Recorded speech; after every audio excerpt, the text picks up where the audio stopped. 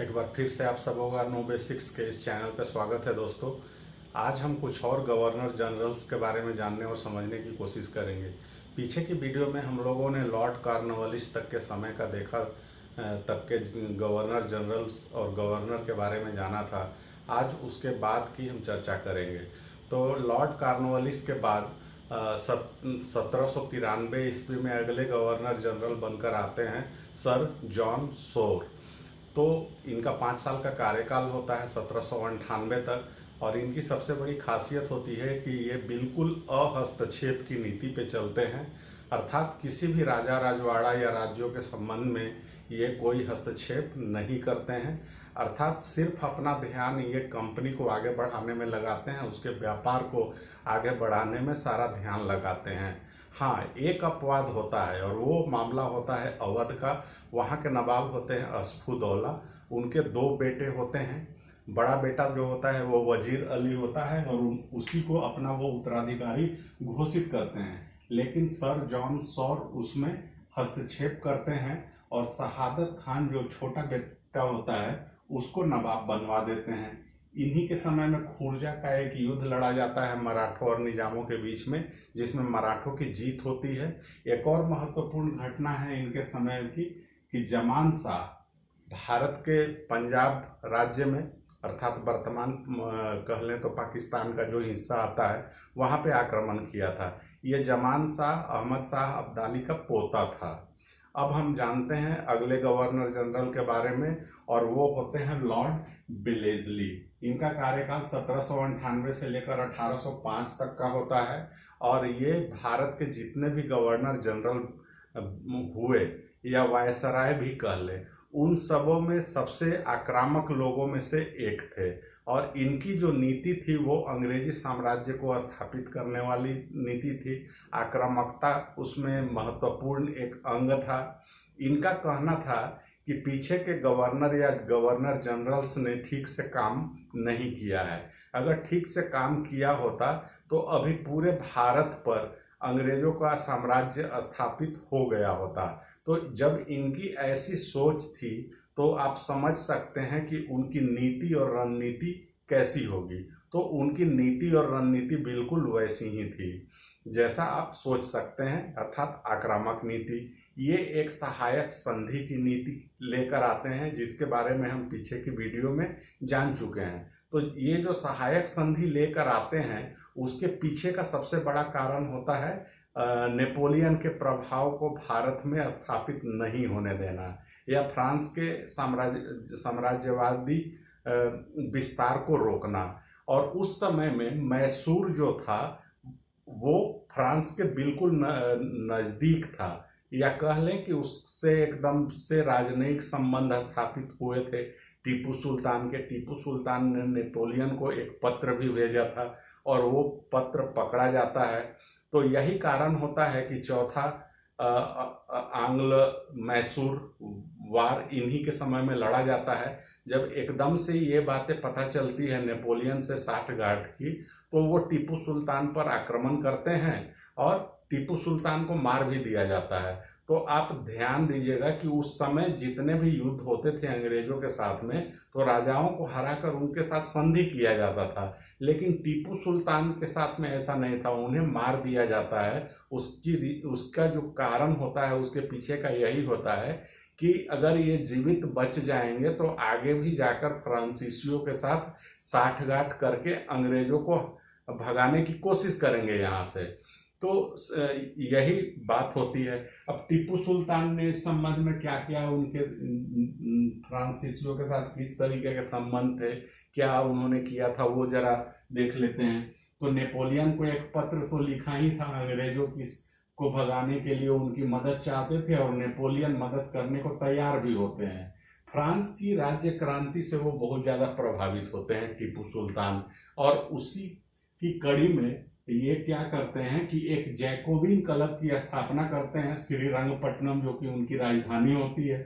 अपने आप को नागरिक टीपू कहलाना पसंद करते हैं। साथ में स्वतंत्रता का एक वृक्ष श्रीरंगपट्टनम में लगाते हैं। जैकोबिन क्लब जो है वो फ्रांसीसी राज्य क्रांति से जुड़ा हुआ क्लब है जिसकी कि वहाँ की क्रांति में महत्वपूर्ण भूमिका होती है। तो उस क्लब को यहाँ पे स्थापित करने में, अर्थात भारत में स्थापित करने में श्रीरंगपट्टनम में वो परमिशन देते हैं। फ्रांसीसियों की और कौन सी चीजें होती हैं और उसके प्रति बेलेजली की क्या नीति होती है वो देख लेते हैं। तो एक होता है कि प्रेस पर जो प्रतिबंध लगाया जाता है बेलेजली के द्वारा 1799 में, तो वो मुख्यतः फ्रांसीसी पत्र पत्रिकाओं को ध्यान में रखकर ही प्रतिबंध लगाया गया था। साथ में बाहरी मदद के लिए 1799 और 18 ईस्वी में दूत भेजे जाते हैं, फारस।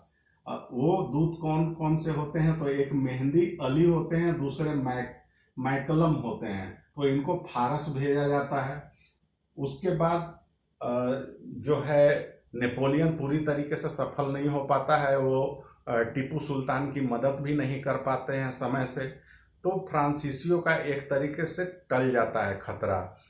और फिर बेलेजली क्या करते हैं कि अलग अलग देसी राजवाड़ों के साथ में सहायक संधि करके वो मिला भी लेते हैं। सहायक संधि के बारे में कहा जाता है कि ये एक प्रकार का बहुत बढ़िया मार्केटिंग किया हुआ स्कीम था। जैसे कि बहुत सी कंपनियां आज के समय में आप देखते होंगे कि अपने प्रोडक्ट को लॉन्च करती है या अपनी कोई योजना लेकर आती है, तो इस तरीके से पैकेजिंग और मार्केटिंग करती है कि वो लुभाता है लोगों को।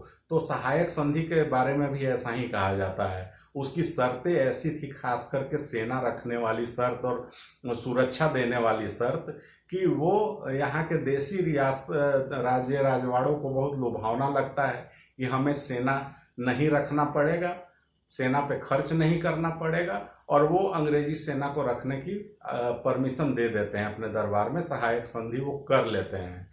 अब सहायक संधि के तहत किन किन राज्यों को मिलाया जाता है वो तो आप देख ही चुके हैं हम लोगों ने, फिर भी एक बार देख लेते हैं। निजाम, तंजौर, मैसूर, अवध, पेशवा, सिंधिया, भोसले, जयपुर, जोधपुर, भरतपुर, मच्छेरी, बूंदी, आगरा, दिल्ली, अलीगढ़, सूरत। मतलब भारत के सारे हिस्सों में जितने भी छोटे राजवाड़े थे, छोटे बड़े थे, सबको लगभग सहायक संधि के तहत उनसे ब्रिटिश नियंत्रण में लिया जाता है।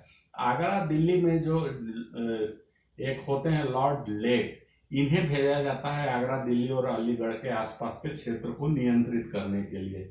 इनके समय की एक महत्वपूर्ण घटना होती है 1801 ईस्वी में मद्रास प्रेसिडेंसी की स्थापना होती है। 1805 ईस्वी में ये चले जाते हैं। ये अपने आप को बंगाल का शेर कहते हैं, लॉर्ड बेलेजली। तो और दूसरी बात है कि बहुत कम उम्र में, मात्र 36 साल की उम्र में गवर्नर जनरल बनकर आए थे, और ये आयरिश रॉयल फैमिली से बिलोंग करते हैं। बाद में जाकर ये इंग्लैंड के विदेश मंत्री भी बनते हैं। तो इतनी सारी बातें हैं लॉर्ड बेलेजली के बारे में। 1805 में जब ये जाते हैं तो लॉर्ड कॉर्नवालिस को दूसरे कार्यकाल के लिए भारत भेजा जाता है, परंतु 3 साल के बाद ही उनकी मृत्यु हो जाती है गाजीपुर में, और वहीं पे उनकी समाधि बनाई जाती है जो कि आज भी मौजूद है। लॉर्ड कॉर्नवालिस के बाद अगले जो गवर्नर जनरल होते हैं वो हैं जॉन बार्लो। 1805 से 7 तक का इनका पीरियड होता है, और ये कॉर्नवालिस के बहुत बड़े फॉलोअर होते हैं। बिल्कुल अहस्तक्षेप की नीति को मानते हैं, जिससे ईस्ट इंडिया कंपनी के व्यापार को काफी बढ़ाते हैं, कंपनी को लाभ पहुंचाते हैं। तो ये फायदा होता है। इनके समय की महत्वपूर्ण घटना है एक बेल्लूर का सैनिक विद्रोह। तो बेल्लूर का जो सैनिक विद्रोह था उसके पीछे के जो कारण थे, वो वहां का सेनापति था। उसने क्या किया था कि सैनिकों को ये आदेश जारी किया था कि वो पगड़ी लगाएंगे, टीका नहीं करेंगे, उसके बाद वो हाथ में कड़ा नहीं पहनेंगे। तो इन सब चीजों को सैनिकों ने समझा कि ये हिंदू विरोधी, अर्थात उनके धर्म के विरोध में ये सब चीजें की जा रही है, और उसका उन्होंने विरोध किया, जिसे कि बेलूर का सैनिक विद्रोह के नाम से जाना जाता है। उसके बाद इन्हें क्या किया जाता है कि डिमोशन कर दिया जाता है, और जो मद्रास प्रेसिडेंसी बनता है वहां का गवर्नर इनको बना दिया जाता है।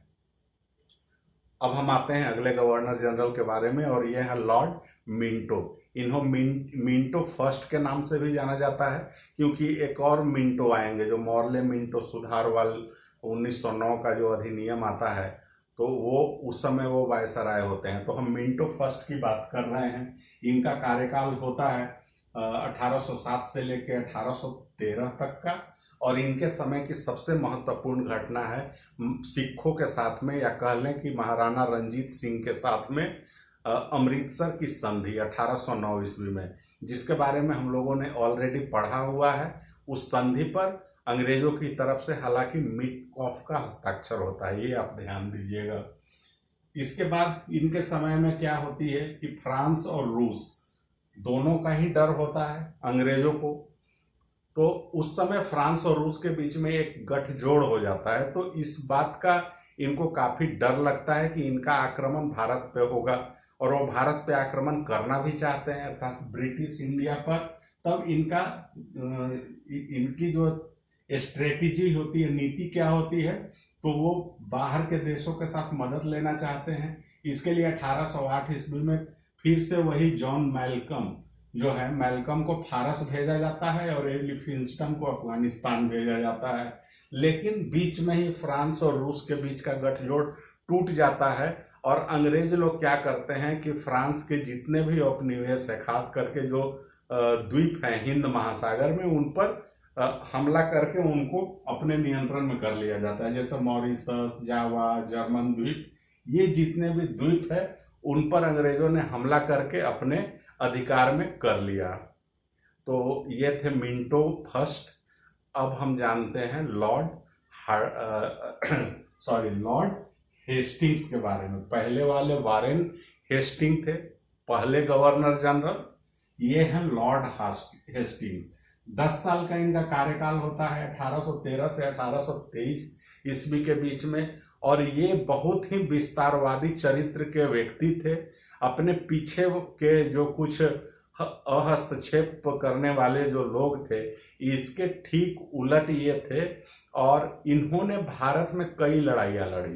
टोटल 28 युद्ध लड़े, 120 किलो पर अधिकार स्थापित किया इन्होंने।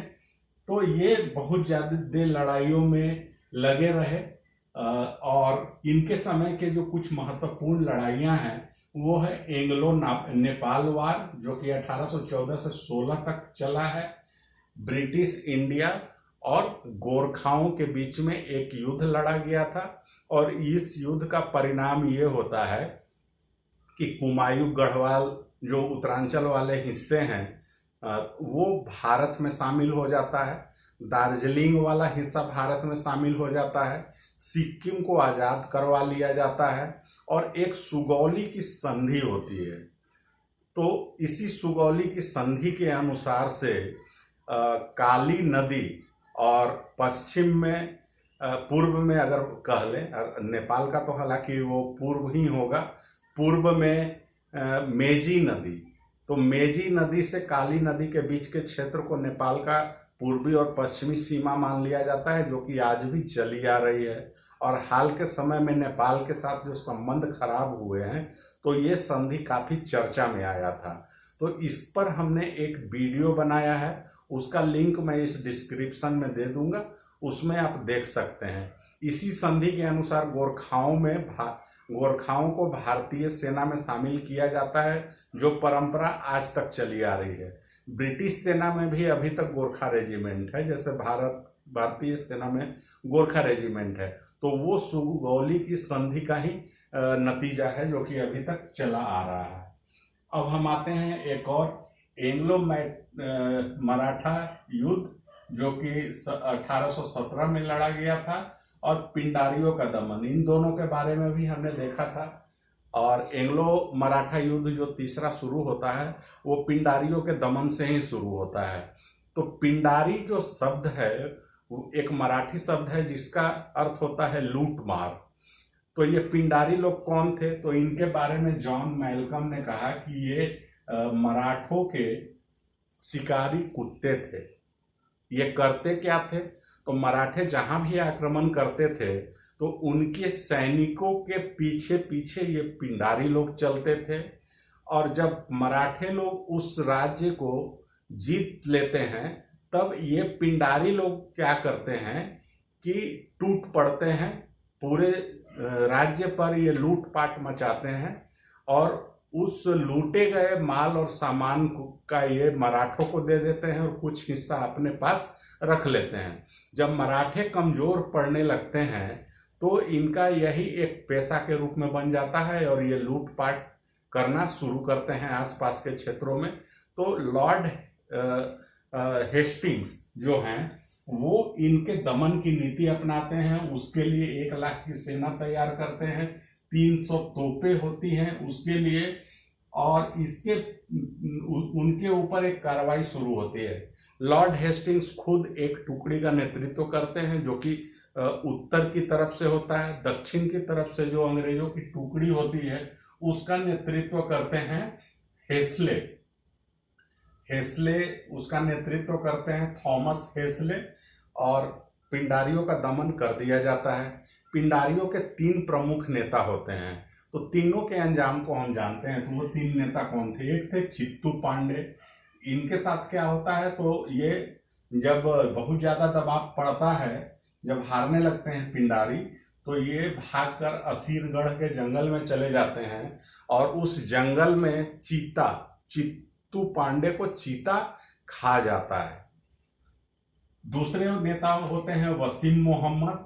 तो ये क्या करते हैं कि सिंधियाओं के शरण में भाग चले जाते हैं, लेकिन सिंधिया लोग गद्दारी करते हैं और अंग्रेजों को खबर कर देते हैं और अंग्रेज लोग इनको पकड़ के जेल में डाल देते हैं और जेल में ही ये वसीम मोहम्मद आत्महत्या कर लेते हैं।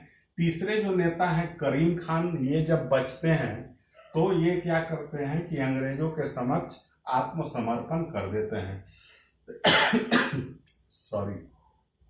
आत्मसमर्पण कर देते हैं।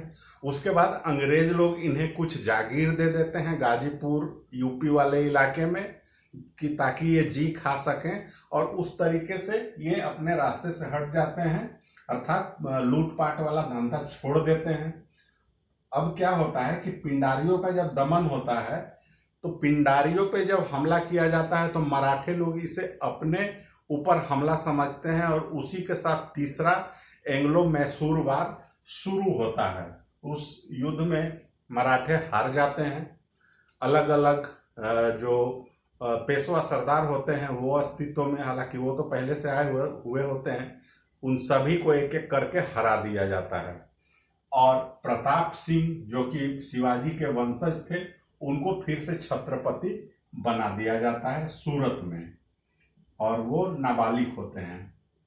अब लॉर्ड हेस्टिंग्स के कुछ और काम को जान लेते हैं। तो एक रैयतवाड़ी व्यवस्था को 1820 में शुरू करते हैं। हालांकि ये रैयतवाड़ी व्यवस्था 1792 से ही चली आ रही थी, तो ये जो है सो उसका थोड़ा विस्तार ज्यादा करते हैं। 1822 में बंगाल टेनेंसी एक्ट, बंगाल काश्तकारी अधिनियम आता है, तो उसका श्रेय भी इन्हें जाता है। तो ये थे लॉर्ड हेस्टिंग्स से जुड़े हुए बहुत सारे फैक्ट्स। उम्मीद करता हूं कि ये आपको क्लियर हुआ होगा। बहुत सारी चीज़ों को हमने ऑलरेडी पीछे के वीडियो में देखा हुआ है। जो पीछे के वीडियो जो इनसे संबंधित है, उन सारे वीडियो के लिंक्स मैं डिस्क्रिप्शन में डाल दूंगा, उन्हें आप देख सकते हैं। अब हम जानते हैं अगले गवर्नर जनरल आते हैं लॉर्ड एडम्स। कार्यकारी होते हैं, मात्र 1 साल के लिए आते हैं, कुछ समय के लिए रहते हैं, 1 साल भी नहीं रहते हैं। और इनका एक ही काम होता है, और वो काम होता है कि प्रेस पर फिर से प्रतिबंध लगा देते हैं।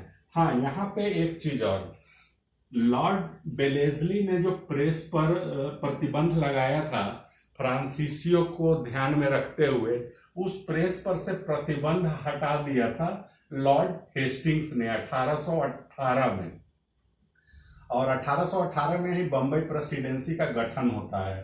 तो जो हेस्टिंग्स ने प्रतिबंध हटा लिया था, उस प्रतिबंध को लॉर्ड एडम्स फिर से लगा देते हैं। अब अगले गवर्नर जनरल आते हैं लॉर्ड एमहर्स्ट। 1823 से लेकर 1828 तक का इनका कार्यकाल होता है। इनके कौन कौन से महत्वपूर्ण काम होते हैं। तो सबसे महत्वपूर्ण होता है आंग्ल बर्मा युद्ध, जो कि 1824 से लेके 26 तक चलता है। इसमें अंग्रेजों की जीत होती है और ब्रिटिश इंडिया में असम, जयंतिया और केचर का क्षेत्र शामिल किया जाता है। एक यांगडबू की संधि होती है, तो उसी के तहत ये सारे क्षेत्र भारत में शामिल किए जाते हैं, असम, जयंतिया और केचर को। अब इस युद्ध के बीच में ही एक घटना होती है, वो भी काफी महत्वपूर्ण है, और वो है बैरकपुर का सैनिक विद्रोह, जो कि 1824 ईस्वी में होता है। इसमें क्या होता है कि बैरकपुर के सैनिकों को रंगून जाने के लिए कहा जाता है, लेकिन रंगून जो भेजा जाता है वो समुद्र के रास्ते से जाना है उन्हें। तो इस चीज का वो विरोध करते हैं, क्योंकि तब के समय में समुद्र यात्रा धर्म विरुद्ध माना जाता है, और इसी का सैनिकों ने विद्रोह किया इस बात पे, जिसे बैरकपुर के विद्रोह के नाम से जाना जाता है। विद्रोह को दबा दिया जाता है। तो ये विद्रोह महत्वपूर्ण है 1824 ईस्वी में। इनके समय में कलकत्ता में एक गवर्नमेंट संस्कृत कॉलेज की भी स्थापना हुई थी। तो ये थे दोस्तों कुछ गवर्नर जनरल्स जिनके बारे में हम लोगों ने जाना। आगे की वीडियो में हम और भी इसको देखेंगे और सारे गवर्नर जनरल्स के बारे में। उम्मीद करता हूं कि ये वीडियो आपको पसंद आया होगा। अगर अच्छा लगा हो तो लाइक करें, शेयर करें अपने दोस्तों के बीच में, सगे संबंधियों के बीच में। इस चैनल को सब्सक्राइब कर लीजिए, नोटिफिकेशन वाली घंटी जरूर से बजा दीजिए। धन्यवाद दोस्तों।